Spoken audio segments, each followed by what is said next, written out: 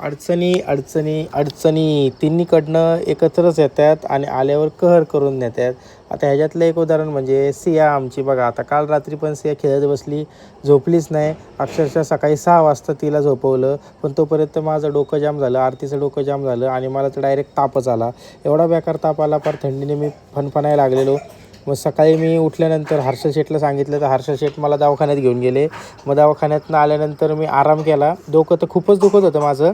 आत्ता थोडंसं कुठं बरं वाटते, पण असं विकनेस अशक्तपणा पूर्ण आलेलं आहे.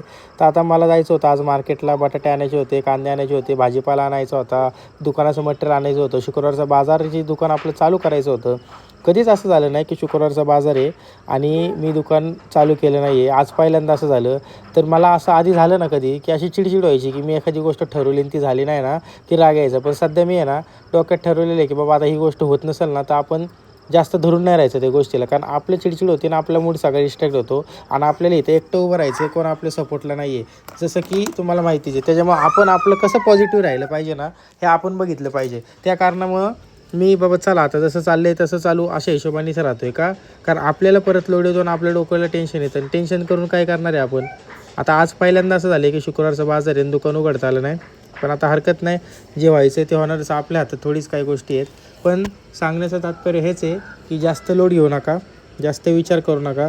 जे होते ते ॲक्सेप्ट करून पुढं चालायला शिका, नाहीतर आपल्यालाच त्रास होतो.